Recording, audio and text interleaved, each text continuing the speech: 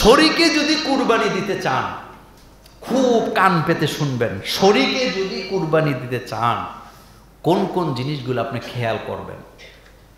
যার তার সাথে শরীক হওয়ার কোনো দরকার, শরীক মোশারেকা, মিলেমিশে করা। তো আমি তো ব্যাখ্যা দেওয়ার সময় পাই না, এখন বলবো শরীকে কুরবানি দিলে কোন কোন জিনিসগুলো খেয়াল করা উচিত, কোন কোন বিষয়গুলো খেয়াল রাখতে হবে। 1 নাম্বার, শরীকে কুরবানি দিলে শরীকদারের টাকাটা হালাল না হারাম কামাই করে এটা একটু খেয়াল করবেন। একটা লোক আছে তার কামাইতে কোনো হালালের চিহ্ন, তার সাথে কুরবানি দেওয়া উচিত হবে? আপনি তো জানতেছেন তার কাছে হালাল বলতে কিছু নেই, তো তার সাথে কুরবানি দেওয়ার দরকারটা কি? 2 নাম্বার, শরীকে কুরবানি দিলে সকল শরীকের ভাগ সমান সমান হওয়া লাগবে। 3 ভাইয়ে কুরবানি দেব, কয় ভাই? বাপ মা এখনো বেঁচে আছে, 2 জনের কামাই রুজিটা একটু ভালো না, একটু দুর্বল, কিন্তু একজনে বেশি কামাই করে, গরু জব করব, আমরা তো বাইয়ে বাইয়ে আছি, সমস্যা নাই, একজনে বেশি দিয়া আরেকজনে একটু কম কম দিয়া আমরা মিল্লা গেছি, এরকম শরীক হবে না, সালাকি চলতো না। শরীকে কুরবানি দিলে সমান সমান, বলেন কি? হ্যাঁ, একটা রাস্তা আছে, সব টাকা বাপের কাছে এনে দিবেন, দিয়ে করবেন আব্বা এই টাকা আপনার, আপনি কুরবানি দেন, এখানে আর কোনো গন্ডগোল নাই, কিন্তু বাপের কাছে দিতে রাজি না।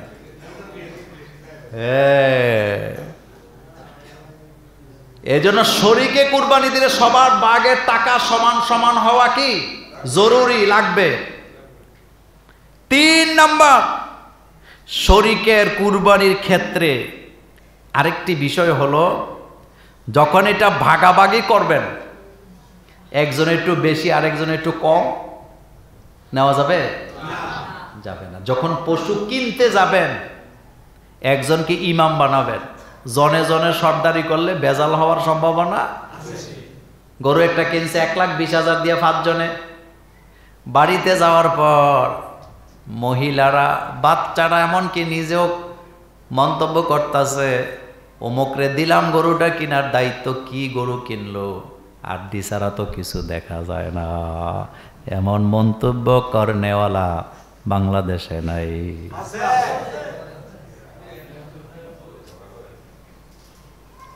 মুখের কারণে যে কত ক্ষতিতে আমরা পড়ি, ঘরে ঘরে পাবেন, ঘরে ঘরে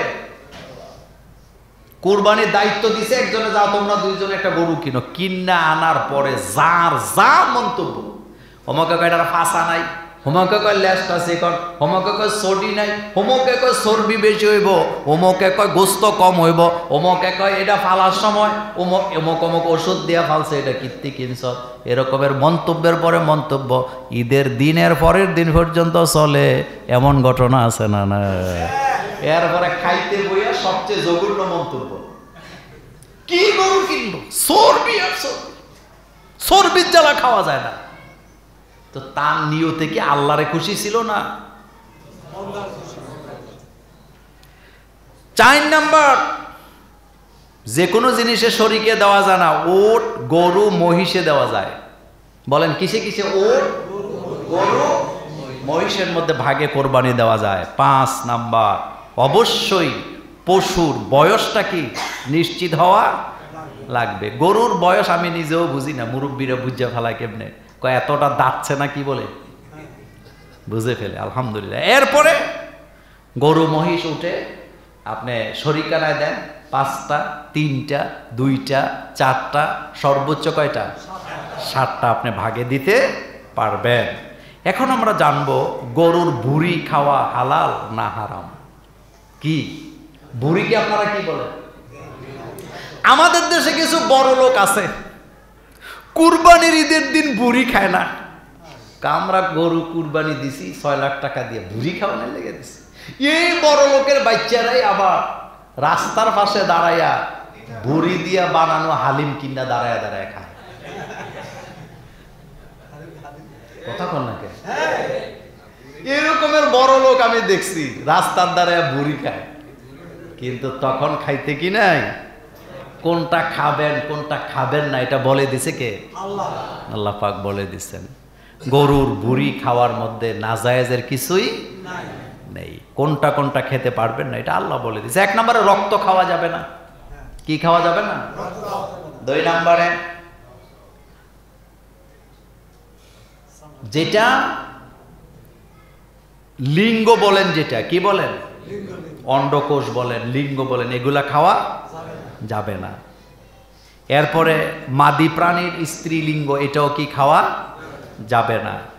এরপরে মাংস গ্রন্থি, যেটা এটাকে কি বলে, রগ, রগ কি বলে, এগুলা খাওয়া কি, মূত্রথলি, পিত্তথলি, এগুলা কি খাওয়া যাবে না। বাকি সব যায়, যেমন কি চামড়াটাও খাওয়া যায় যদি আপনি খাইতে জানেন। কথা বুঝেন নাই? নতুন শুনছেন? চামড়া যদি খাইতে পারেন, কুরবানি দাতারা যদি চামড়া খাইতে চায়, প্রসেসিং করে যদি খাওয়ার ক্ষমতা রাখে, খাইতে পারবেন। কিন্তু বিক্রি করলে টাকাটা কি করবেন? গরিবকে দিয়ে দিবেন। কিন্তু নিজেরা খাইতে চাইলে কোনো অসুবিধা নাই, চামড়া ভাগ করে নিয়ে যাবেন। আমরা যে মাশাআল্লাহ কত ভালো অবস্থানে আছি, কথা তো বলি না, বললে আবার আপনারা ধাক্কা এডারে রাজনীতির কাছে নেন। যেই চামড়া বিক্রি হয়েছে 1600 থেকে 2400 টাকা, গরিবের সেই হক শুধুমাত্র একটা রাষ্ট্রকে খুশি করতে যায়া চামড়ার দামকে মাটির সাথে মিশাইয়া দেওয়া হয়েছে। জঘন্য অপরাধ করা হয়েছে, জঘন্য অপরাধ করা হয়েছে। কথাকে বুঝছেন না? বুঝাইতে হবে ব্যাখ্যা দিয়া। 2400 টাকা পর্যন্ত একটা গরুর চামড়া বিক্রি হয়েছে। আচ্ছা আপনারা বলেন তো, জুতার দাম বাড়ছে না কমছে? তো চামড়ার দাম কমলো কেন? চামড়ার দাম কমলো কেন? বললে বলবেন কাঠমোল্লারা মানুষের বাড়িতে খায়, এগুলা বুঝলে লাভ কি?